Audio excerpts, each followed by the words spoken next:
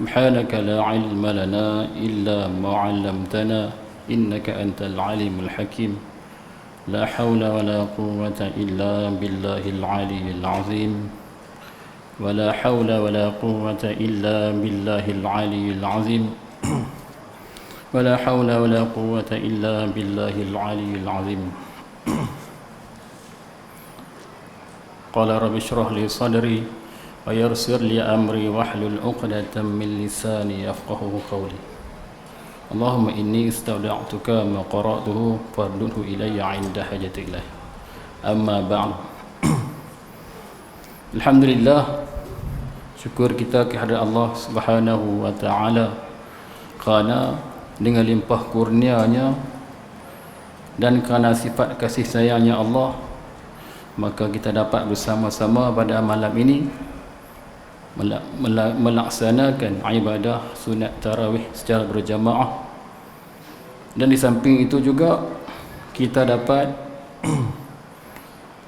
duduk dalam majlis ilmu, yang di mana majlis ilmu ni kita dapat memahami akan hukum Allah, dan juga di samping itu kita dapat mempertingkatkan lagi mutu ataupun kualiti ibadah kita kepada Allah Subhanahu wa taala.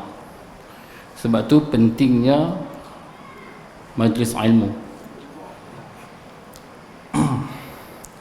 Pada Ramadan yang kali ini, saya menyuruh pada diri saya dan pada seluruh jemaah sekalian, marilah sama-sama kita azam yang barulah. Azam yang baru untuk apa? Untuk kita tanamkanlah hati kita untuk kita jadi seorang penuntut ilmu, di mana kelebihan penuntut ilmu ni cukup banyak. Tambah-tambahan pula di bulan yang mulia ini, bulan Ramadan al-Mubarak, syahrul siyam, syahrul Quran, bulan puasa, bulan qiyam dan bulan turunnya Quran. Kita sebenarnya tu kita ambil lah, mari kita ambil kelebihan yang ada di bulan Ramadan ini untuk kita sama-sama nak bertingkatkan amalan kita kepada Allah. Tapi kita kena faham, kalau kita nak tingkatkan amalan kita kepada Allah, kita mesti ada ilmu. Malam ni tak pandai nak syarah panjang, nak muzakarah ya kan, tazkirah. Nak cerita pentingnya ilmu pada diri kita, setiap diri orang lah. Kita mesti ada ilmu dan kita mesti tuntut ilmu. Ilmu yang mana? Ilmu yang fardu ain dahulu. Yang tu tutup guru duk tuntut lah. Kita wajib tuntut ilmu fardu ain. Supaya apa? Supaya kita lepas kefarduan kita, tuntutan kita yang Allah tuntut kepada kita, kita bagi lepas. Kalau tidak, kita akan ada masalah bila masa di akhirat kelak. Itu yang kita takut kan. Sebab kita semua ni, tak kiralah siapa-siapa, selagi nama makhluk ni dia ada akhir dia ada penghujung dia. Maka bila ada penghujung dia akan disoal esok apa yang dia lakukan di muka bumi ini. Kita ni ada tanggungjawab sebenarnya. Kita ada tanggungjawab untuk kita laksanakan yang Allah Ta'ala perintahkan kepada kita, kita nak kena laksanakan. Pertama, mesti ada ilmu dulu. Kalau tak ada ilmu, bila kita beramal tanpa ilmu, maka dia tak panggil amal. Dia panggil macam buat kerja saya sajalah. Contohnya, macam kita nak masak gulai, nak masak buka puasa tadi kan. Kalau kita tak ada ilmu nak masak gulai, agak-agak jadi tak gulai tu? Saya rasa tak jadi kan. Sebab apa? Sebab kita tak tahu nak masak macam mana. Ataupun contoh yang lain, macam kita nak buat rumah. Buat rumah ni, kalau kita tak ada ilmu nak buat rumah, bahan-bahan pun kita tak nak beli, kita tak tahu nak beli hak mana. Macam mana kita nak buat rumah? Agak-agak rumah tu boleh jadi tak tanpa ilmu? Mesti tak boleh jadi kan. Sebab kita faham, orang yang buat rumah ni mesti dia ada ilmu dah. Kalau dia tak ada ilmu, maka dia takkan, rumah tu tak akan boleh jadi. Macam itulah kita dengan Allah Ta'ala. Kalau kita tak ada ilmu, setiap amalan yang kita buat, takut-takut Allah tak terima. Termasuk dengan yang bercakap ni lah kan, yang umum semua kena. Sebab tu ulama kata kita ulama kata apa? Wa kullu man bi ghairi ilmi ya'malu a'maluhu mardudatun la tuqbalu. Tiap-tiap mereka yang tak ada ilmu beramal dia. Dia buat satu perkara, dia buat ibadah tanpa ilmu, a'maluhu segala amalannya mardudatun ditolak la tuqbalu dan tak diterima. Ni bukan nak bagi takut-takut, ni adalah hukum yang kita kena faham. Sebab itulah kita kena ada ilmu dahulu. Nak buat solat, kena buat apa, mesti ada ilmu. Sebab itulah kita wajib kena cari majlis ilmu untuk kita lepaskan kefarduan kita, tuntutan kita kepada Allah Subhanahu wa taala. Yang tu. Itulah sepenuh bulan Ramadan yang mulia ini, marilah kita sama-sama azam dalam hati kita sungguh-sungguh untuk kita nak jadi penuntut ilmu. Menuntut ilmu, sebab orang yang menuntut ilmu ni, dia kalau buat benda yang salah tak dikira. Untunglah, kan? Tapi bagi orang yang tak mau cari ilmu atau dia rasa dia dah banyak ilmu, dia buat takut-takut, dia buat kesalahan, akan dikira oleh Allah Ta'ala. Kalau yang menuntut ilmu ni, dia memang beruntung. Dia buat apa pun Allah Ta'ala tak kira, sebab dia dalam menuntut ilmu. Macam tu. Sebab itulah kita kena ambil beratlah tentang ilmu ni. Kalau kita tak lazimkan ataupun tak mau nak hadirkan diri ke tempat majlis ilmu, takut-takut kita tergolong orang yang tak cari ilmu, kita diberati akan syarak, tak tuntut ilmu, maka berdosalah. Dosa ni yang kita takut. Dosa ni tempat imbalannya neraka. Neraka ni nisbah nak cerita kata neraka ni bukan tempat yang seronok, kan? Neraka ni kita tahu dah tempat azab semua. Tak kira lah si fulan tu duduk dalam neraka yang mana. Neraka ni ada tujuh peringkat. Kalau si fulan tu duduk neraka yang pertama, azab juga. Kalau dua, tiga, dia akan rasa yang pertama, yang kedua dia akan rasa, yang ketiga baru tempat dia. Bukan tempat main-main neraka ni. Sebab itulah masa duk mengaji pondok tu duk tekan sangat-sangat, ilmu kena cari. Cari ilmu bukan untuk siapa-siapa, untuk kita. Bila cari ilmu, kita kena niat dalam hati kita, kita nak lepaskan kejahilan yang ada kat diri kita tu dulu. Bila dapat ilmu, kita lepaskan kejahilan kita, maka yang kedua kita nak cari dapat ilmu tu untuk nak tingkatkan kualiti amalan ibadah kita kepada Allah. Macam tu. Takkan kita nak takut yang lama, kan? Macam tahun yang lepas, alhamdulillah mungkin kita Ramadan kita yang terbaik. Tapi kali ini Ramadan yang hari ni, bulan ni, kita nak lebihkan lagi kita punya nisbah kebaikan dia. Mana kata bila kita tambahkan ilmu lagi, kita punya amal akan lebih bertambah. Sebab nak beramal mesti ada ilmu. Ulama kata apa? Al-ilmu imam wal amal tabi'uhu. Ilmu tu jadi imam, makmum, amal lah. Kalau ada ilmu, amalan tu dia ikutlah, baru sah. Kalau tidak buat amal tanpa ilmu, jadi tak sah. Sebab dia tak jadi amal. Dia cari jadi benda-benda yang macam benda-benda yang sia-sia sahaja. Tu yang kita takut sangat-sangat. Sebab itulah kita kena ada ilmu. Bila ada ilmu, barulah kita nak buat apa mudah. Apa-apa perkara pun jadi mudah. Macam tu. Sebab tu ilmu ni kita carilah banyak untuk kita di kampung kita, ada tempat kita banyak orang yang alim-alim. Tambahan bulan ni bulan Ramadan, bulan Quran, kita nak baca Quran, mesti kita kena ada ilmu. Tu utamanya ilmu tajwid lah, kan? Ilmu tu kita wajib kena tuntut kalau kita nak baca Quran.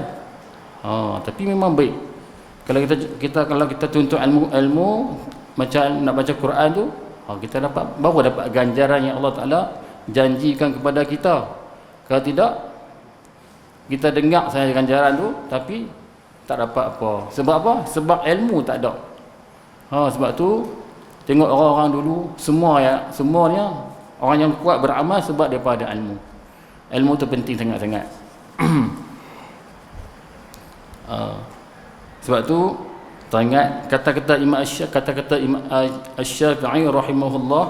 Apa kata Imam Asy-Syafi'i tentang kelebihan ilmu ni? Ini kita nak bagi semangat untuk kita nak cari ilmu. Lepas tu kita nak ubah kita punya kita nak tingkatkan amalan ibadah kita kepada Allah, sebab kita nak satu hari semua kita kelak akan sampai juga sakaratil maut. Yang tu yang takut. Tu saya duk pesan yang tu lah. Penghujung kita mati. Apakah bekalan yang kita nak bawa? Adakah qadar yang kita cukup dengan qadar yang ni saja kalau kita tak tambahkan ilmu? Sebab orang yang berilmu ni bila ada banyak ilmu, lagi dia tingkat ilmu dia lagi dekat dia dengan Allah Taala, sebab dia ada ilmu. Dia faham tentang ilmu, macam mana nak dekatkan diri dia dengan Allah. Dia belajar. Sebab itulah kita kena cari ilmu. Kata Imam Asy-Syafi'i rahimahullah taala, dia kata apa? Syakautu ila waqi'in su'an hifzi fa arsyadani ila tarkil ma'asi fa akhbarani bi anna ilma nurun wa nurullah la yuhda lil 'asi. Ini kata-kata Imam Asy-Syafi'i rahimahullah taala. Apa kata dia?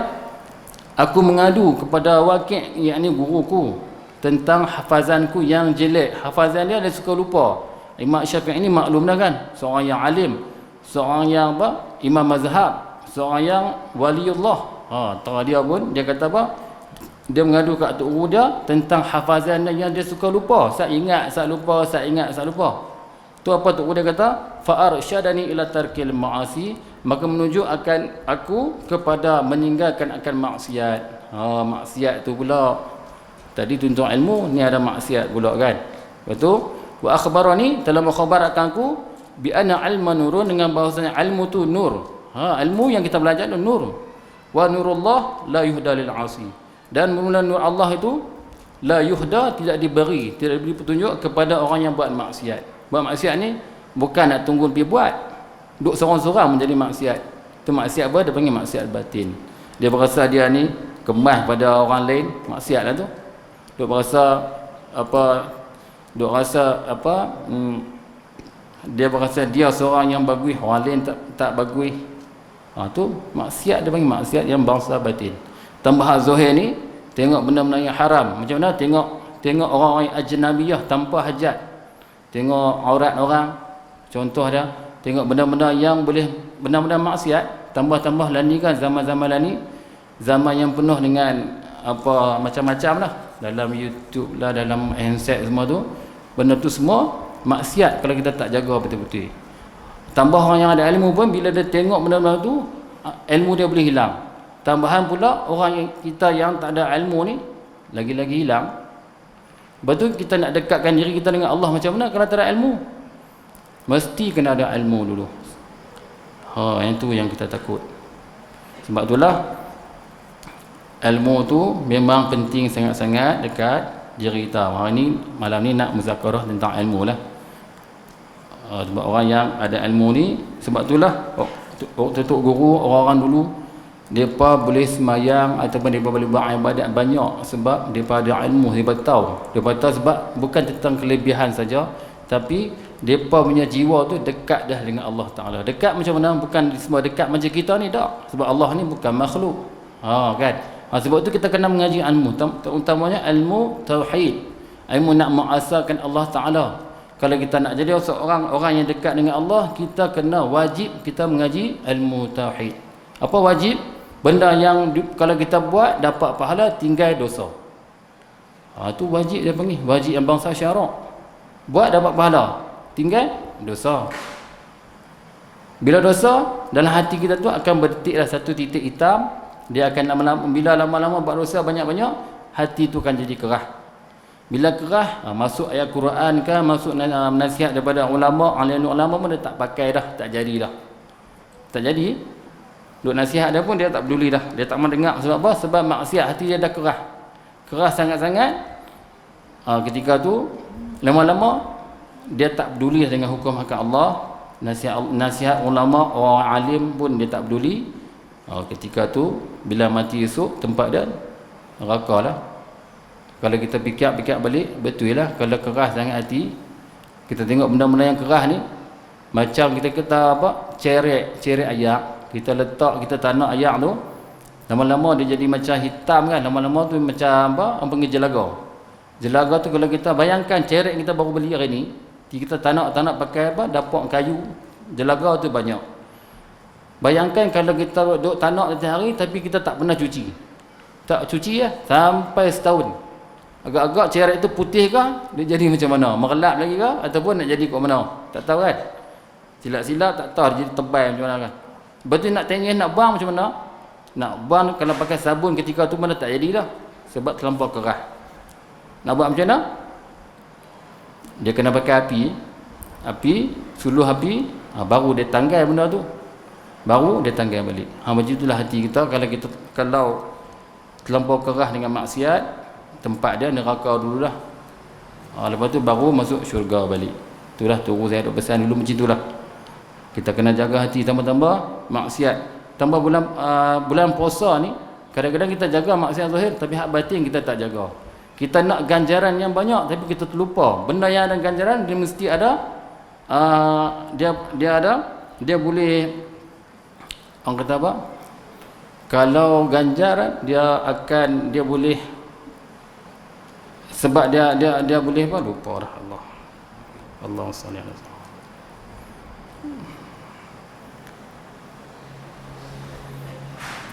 Dia boleh hilang pahala tadi itu dengan sebab kita ada sifat-sifat yang cela dalam hati kita.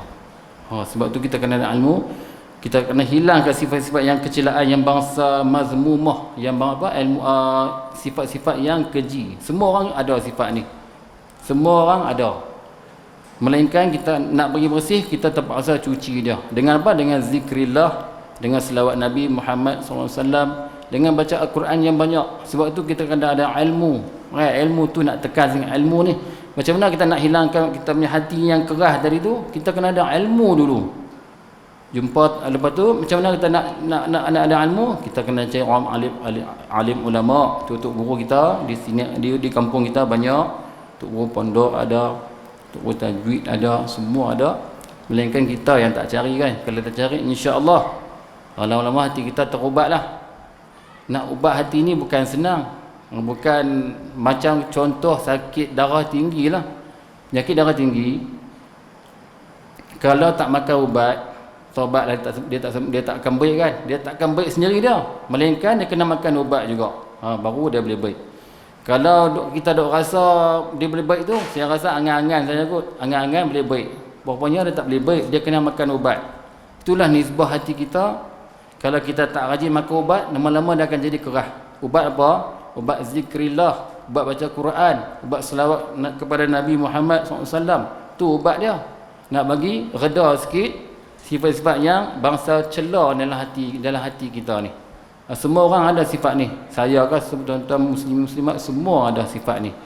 Maka kita nak bagi hilangkan sifat ni, kita kenalah makan ubat banyak-banyak. Barulah kita boleh taqarrub dengan Allah, hampirkan diri kita dengan Allah.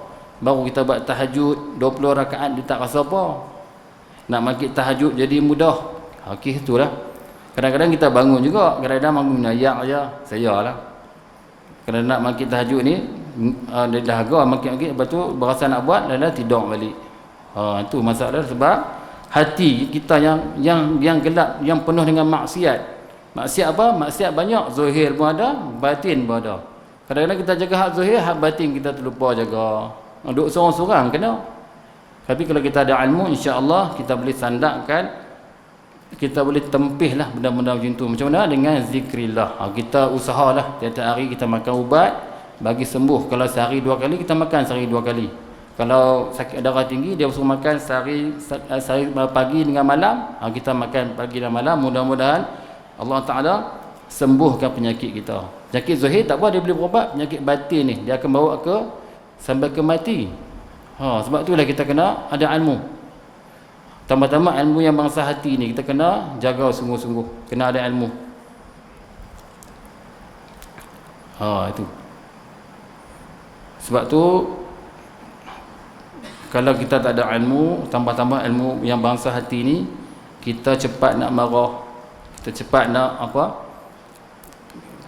kita punya sifat-sifat tu ada dekat kita. Bila ada tu kita kena ni lah, kena cepat-cepat lah cari ubat dia, kita makan ubat cepat-cepat, mudah-mudahan dia hilang. Dia ada. Kalau tidak, dia duduk macam tu lah. Dia duduk lama-lama kerah-kerah, dan sekali dia mati dengan keadaan macam ni, maka bahaya. Bahaya kita di mana? Di alam akhirat. Sebab kita akan dihitung di akhirat. Kita bukan sakat hidup di dunia sahaja, tak. Kita pembicaraan kita sampai ke akhirat. Akhirat. Bila sampai dekat mahkamah Rabbul Jalil, masing-masing akan kena jawablah apa yang kita buat. Setiap detik, setiap masa, setiap waktu yang kita lakukan, Allah Ta'ala akan percarakan kita. Setiap detik yang kita buat. Kalau kita buat amal ibadat, alhamdulillah. Kalau kita buat maksiat, yang tu yang kita takut nak kena jawab di depan Allah. Bukan nak jawab dengan mulut, jawab dengan amal. Kalau amal tak ada, habislah kita. Lajak lah. Baik, nak sentuh sikit pasal ni, pasal apa, bulan Ramadan. A'udzubillahi minasyaitonirrajim. Bismillahirrahmanirrahim. Ya ayyuhalladzina amanu kutiba alaikumusiyam kama kutiba alal ladzina min qablikum la'allakum tattaqun. Ayat ni masyhur dah. Bila masuk bulan Ramadan, tok-tok kita, ustaz-ustaz kita akan bawa ayat ni. Ayat ni dia dalil qat'i yang mengatakan hukum puasa ni, hukum puasa Ramadan ni wajib. Wajib. Siapa-siapa yang tak buat, hukum dia berdosa. Tu nak kata hukum kita kena puasa di bulan Ramadan. Maksud dia, wahai orang-orang yang beriman. Siapa orang yang beriman? Kita benarkan dengan hati kita, kita mengaku Allah Ta'ala ni Tuhan. Betul? Kita sebut dengan mulut kita, kita mengucap asyhadu an la ilaha illallah tu kan. Kita panggil takrir dengan lidah. Betul? Beramal dengan kita buat dengan segala anggota kita. Yang kita buat semayang apa semua, kita turut perintah Allah. Itu dipanggil orang yang beriman. Orang yang patuh dengan perintah Allah, orang panggil beriman. Wahai orang yang beriman, diwajibkan atas kamu akan berpuasa. Allah Ta'ala dia khitab. Apa khitab? Dia hadap cakap dengan orang yang beriman. Setengah ulama kata dia berkhitab. Apa khitab? Hadap cakap. Dia cerita dekat orang yang beriman. Diwajibkan atas orang yang diwajibkan ke atas kamu akan berpuasa sebagaimana yang diwajibkan atas orang yang terdahulu daripada kamu. Makna kata puasa ni bukan takat Nabi Muhammad, umat Nabi Muhammad SAW saja.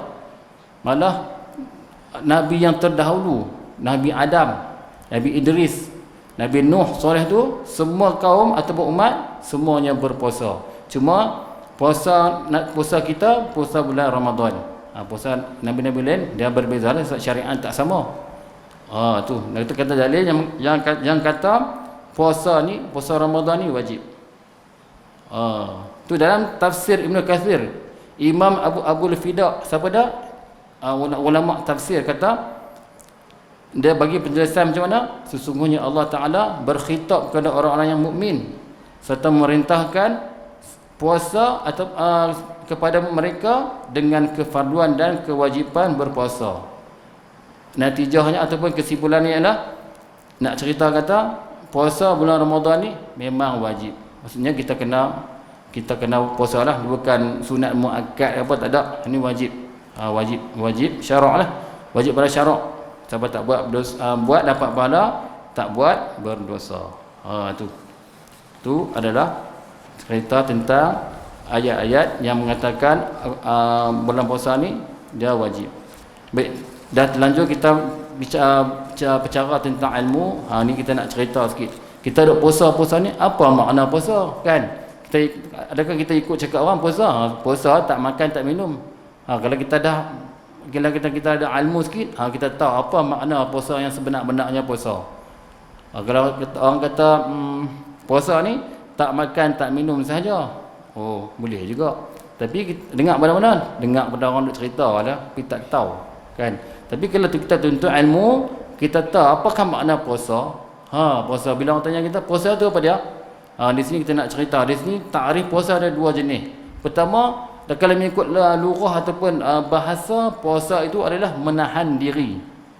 Tahan diri daripada sesuatu dan diam daripada berkata-kata. Puasa juga kalau diam tak berkata apa, dia panggil puasa juga. Itu ikut ta'arif ta'arif lugah ataupun ta'arif bahasa.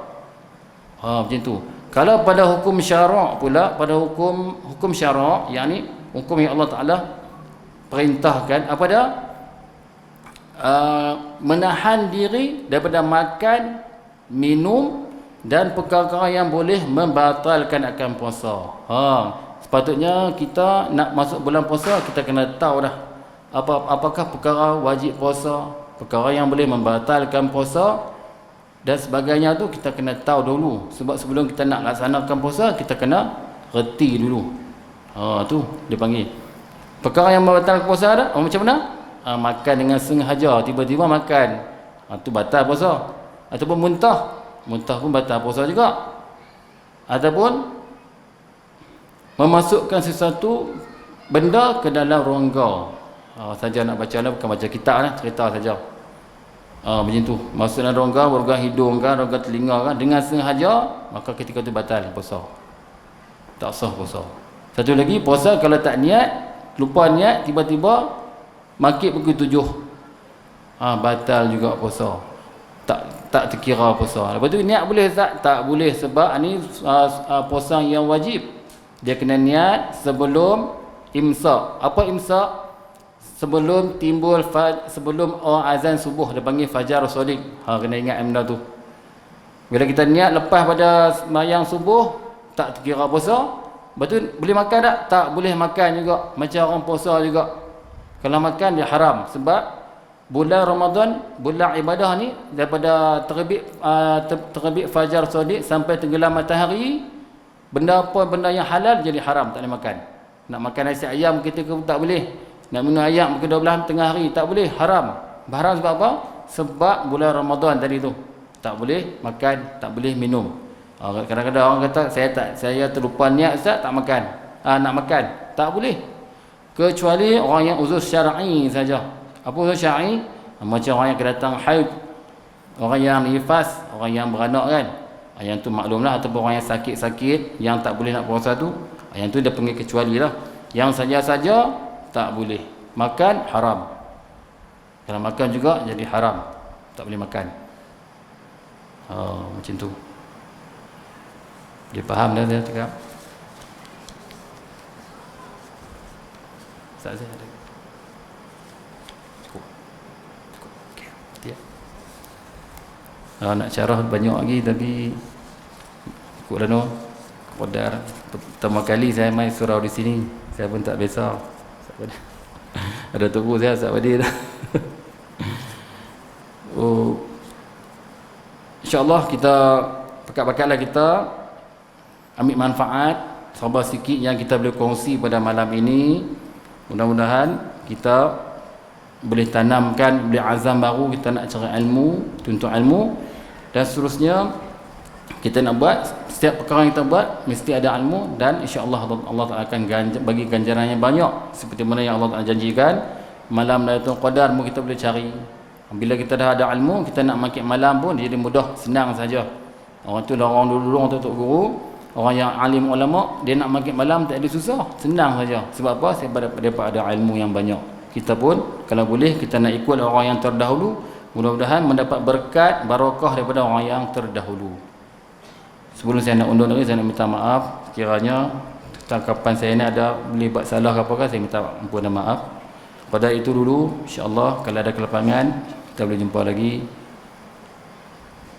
Wallahu subhanahu wa ta'ala alam. Assalamualaikum warahmatullahi wabarakatuh.